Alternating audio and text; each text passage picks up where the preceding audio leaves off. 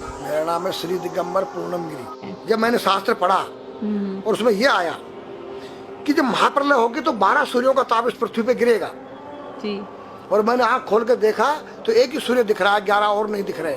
मैंने उनसे तर्क किया कि 12 ही लिखा है, गलत लिखा है कि 12 सूर्यों का ताप पड़ेगा, एक ही सूर्य 12 कहाँ है? तो उन्होंने कहा बेटा ये सत्य लिखा है। जो वर्तमान में हमारा सूर्य का प्रकाश आ रहा है ये केवल 8% आ रहा है। 92% ओजोन परत पर रुक जा रहा है, जो अल्ट्रावायलेट किरणें जिसको कहते हैं। ओके। यहाँ केवल 8 आ रहा है विटामिन डी को लेकर, रेडियम से युक्त होकर। जब ओजोन परत फट जाएगा, टूट जाएगा तो 12 8 96 डिग्री जब तापमान आएगा तो 12 सूर्यों का ताप पड़ेगा। ये पूरी पृथ्वी आग का गोला बन जाएगी। नागा का स्वरूप है जी, ये महादेव का स्वरूप है जी, एक बालक का स्वरूप है जी। बालक में क्या चीज नहीं होती है? निर्मल मन जन सो मोई पावा, मोई छल छिद्र कपट नहीं सुहावा। तो बच्चे के दिल के अंदर न काम है, न क्रोध है, न लोभ है, न मोह है, न मद है। और नंगा किस तेरी गोद में बैठ जाए, नंगा उसकी गोद में बैठ जाए। तो नागा का रूप एक बालक का स्वरूप होता है जिसके अंदर से विकार रहित हो जाए, उसका नाम नागा है, सन्यासी है, संन्यासमया, तीनों गुणों से रहित हो जाना। ये जो गांजा भांग है ये क्या करता है? तुम्हारी मनोशक्ति को जो है बुरे कामों से डरा देता है। या तो कोई यूज करके देखे। दारू जो है वो तुम्हारी मनोशक्ति को उत्तेजित करता है, पिछली बातों को याद दिलाता है। दूसरा तुम्हारी जो है भांग गांजा तुम्हारी काम वासनाओं को जो है दबा देता है। तो नारी के नंगे स्वरूप को 5 व्यक्ति देख सकते हैं।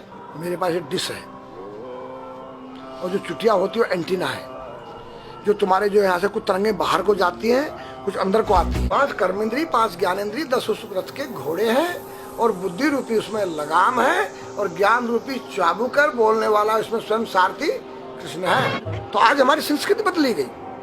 ये आज हमारे लड़के लोग खड़े होकर पेशाब कर रहे हैं। ये हमारी संस्कृति नहीं है।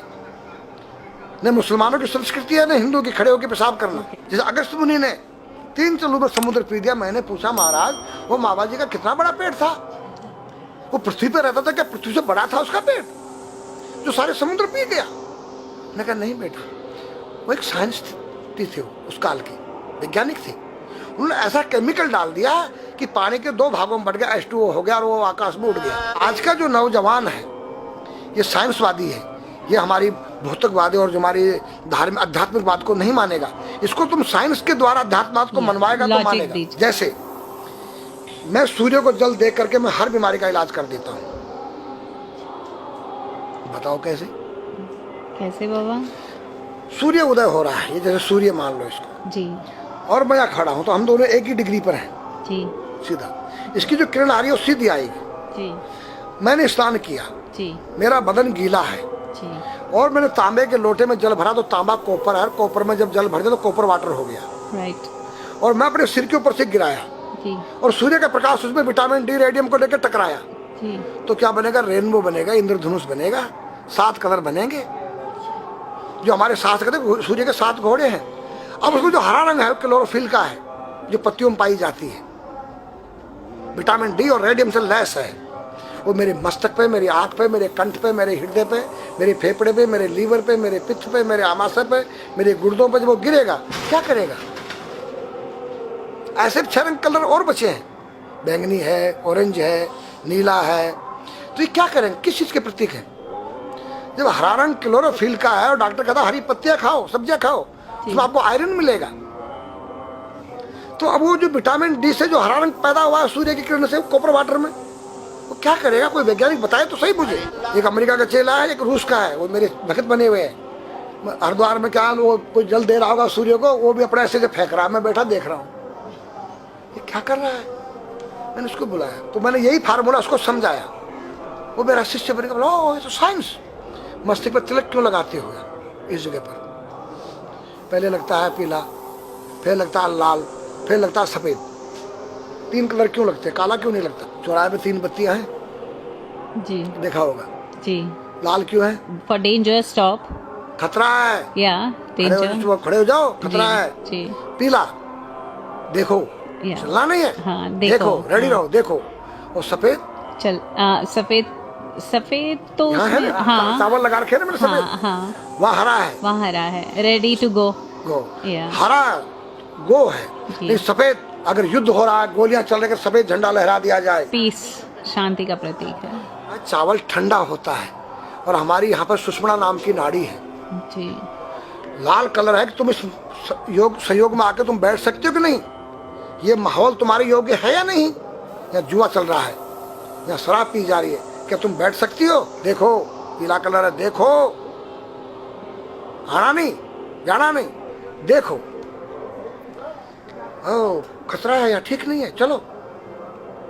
और सफेद शांति, जी क्या यहाँ शांति है, बैठ सकते हैं। तो ये हमारी जो है संस्कृति में एक वैज्ञानिक है, जब हम खाते हैं गैस बनती है, तो बिल्कुल। चावल जब पानी में भीगे बाद ठंडा हो जाता है, और हमारी सुषुम्ना नाड़ी पर जब लग गया है तो उस नाड़ी को ठंडा करने लग गया है, उस नाड़ी से कोई गर्म गैस को ऊपर चढ़ने नहीं देगा। और हमारे शरीर ब्रह्मांड में, हमारे सिर के अंदर कोई ऐसी वायु गैस जाकर तुम्हारे सिर को परेशान नहीं कर सकता है।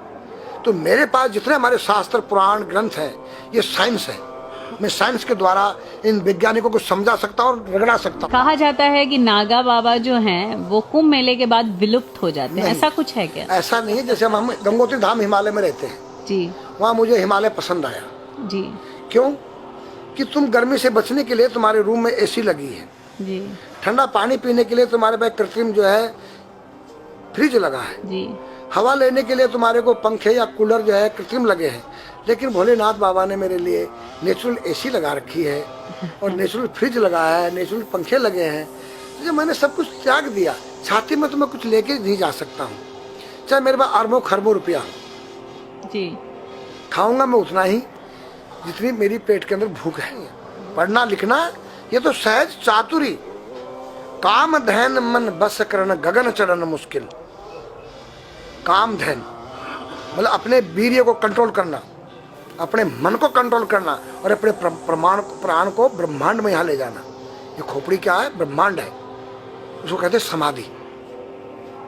सारे शरीर के प्राणों को इकट्ठा करके इस ब्रह्मांड में मस्तिष्क में ले जाके बैठ जाना, जिसको ब्रह्मरंध्र कहते हैं, उस गुफा के अंदर। ये 3 वस्तु मुश्किल है, बाकी सब आसान है। अपरिग्रह मतलब उतना रखो जितना तुम्हें आवश्यकता है, अधिक मत रखो। अब तुम अष्टांग योग जो है पतंजलि लगा रहे हो, और व्यापार बिजनेस चालू है, मेरी दूध को ले लो, टूथपेस्ट ले लो। अब मेरा आयुर्वेदिक अंडरवियर आ गया है। मैंने बोला वो कैसा है कि मैंने गंगा जल में जड़ी बूटे के रस में धागे भिगोए थे तब बनाया था। और मेरा दावा है कोई कितना योग कर ले, कोई स्वस्थ नहीं रह सकता है। क्यों? खान पीन तुम्हारा केमिकल, वायु में तुम्हारा केमिकल, पानी में तुम्हारा केमिकल। अब जो तुम आरओ का पानी नहीं पी रहे हो, उसके पानी के गुण ही नष्ट हो गए सब। उत्तर को सिर करके सोना क्यों मना किया है साइंस ने? हमारे शास्त्र मना करते हैं। हम उत्तर को सिर करके सोएंगे, दक्षिण को पैर करके। हम जब उठेंगे तो हमारी दृष्टि कहाँ? दक्षिण की तरफ जाती है। दक्षिण में यम का वास होता है। और जब दक्षिण को सिर करके सोएंगे तो हमारा मुंह उत्तर को जाएगा। उत्तर हिमालय है, भगवान शिव का कैलाश है। साइंस कहता है कि पृथ्वी के उत्तर ध्रुव दक्षिण ध्रुव है। पृथ्वी कैसी है पता है? तेरा सिर, सेम तेरा चेहरा 23.5 डिग्री के अंश पर है। ये थोड़ी सी चुटिया नाप लेना अपनी प्रकार लेकर के। तुम भी नाप लेना, तुम भी नाप लेना, मैं भी नाप लूँ चाहे। ये थोड़ी सी चुटिया 90 पर नहीं है, ऐसे तिरछी झुकी हुई है। ये चुटिया, ये थोड़ी है 66.5 डिग्री का कोण बनाती है। तो ये जो चुंबक मैग्नेट पावर है, उत्तर से नॉर्थ से साउथ तक, हम जब सिर उत्तर की तरफ करेंगे तो ये नॉर्थ है, वो नॉर्थ है। नॉर्थ को नॉर्थ धक्का मारेगा तो तुम्हारे दिमाग में और तुम्हारे हार्ट में डिस्प्लोजन होगा और बैलेंस बिगाड़ेगा। इसलिए साइंस में कहता है कि उत्तर की ओर सिर मत करो, और हमारे शास्त्र भी कहते हैं कि उधर मत करो, उधर दक्षिण की तरफ यम का वास है, उनकी तरफ दृष्टि पड़ती उठते ही। मतलब एक कहने का फर्क है, एक चीज एक ही है। आज हमारे पास योग की विद्या थी, वो गायब हो चुकी है। अब तो जो थोड़ा सा कोई एक चूहा था, वो दुकान में गया, उसको एक हल्दी कंकर मिल गया, बोला हम पंसारी हो गया है। हल्दी मिल जाने से पंसारी बन गया। जो पीटी स्कूल में कभी किया होगा आप लोगों ने, पढ़ा होगा स्कूल में, हाँ जी। उसी को योग कह रहे हैं। योग क्या है? भगवान कृष्ण के पास था, उज्जैन गए थे संदीपनी ऋषि के पास सीखने के लिए। एक ही समय में 16,808 रावणों के साथ बात कर रहे हैं, अलग अलग रूप में। योग से अनेक रूप बन सकते हैं। योग हनुमान जी के पास था।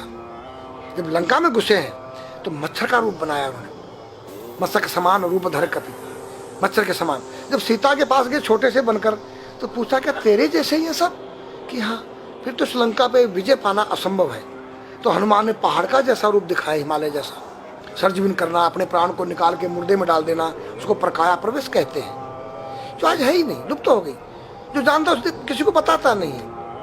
अगर उसका कोई शिष्य है उसको बताना चाहो, उसको जिज्ञासा नहीं उस शिष्य को सीखने के लिए।